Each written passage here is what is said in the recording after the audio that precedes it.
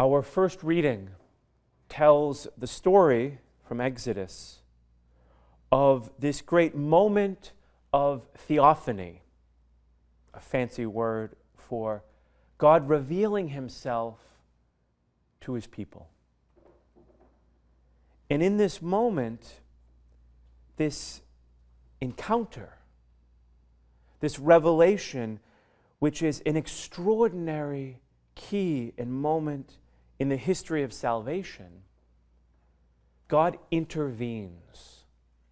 He acts. He does something in the world.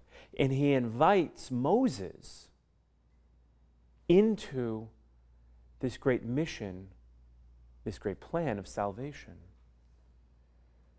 I think we can wonder, and rightly so, what was it like for Moses to see this bush on fire, this burning bush, and to encounter and to hear the voice of God calling him? And in wondering, we can desire and even imagine, would that would happen to me? What would that be like?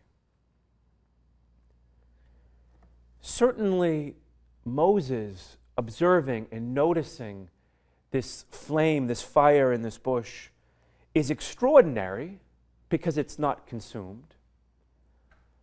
But at the same time, there is something ordinary, particularly at that time where Moses was in the world, for there to be small fires. These things happen naturally.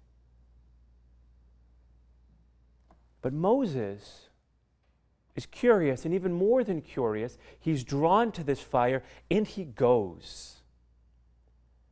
The reading makes the point to say that Moses decided, I must go over to look at this remarkable sight, to see why the bush is not burned. In other words, he has eyes to see. He has a docility and openness to discover and to see God, who is waiting for him. And in the same way, different, of course, in our own settings, in our own lives, God is with us. Jesus tells us, I will be with you always until the end of the age. That he is, at every moment, desiring to reveal himself to you. He reveals himself to us in the sacraments, most perfectly and wonderfully in the Most Holy Eucharist, here at Mass, at times of adoration, in the tabernacle, in every church, in the world, in confession, in the anointing, in baptism, but also in moments in our lives of prayer and of encounter. And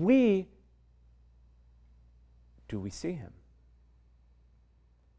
And we need the grace and the help to recognize that he's with us. Because Moses' encounter, this revelation, gave him and spoke to him his mission and his purpose. You have a mission and a purpose. To be a saint. To love God so radically that with his help, with his relationship, with his grace, that you might save your soul by Jesus and his cross and his blood and his mercy.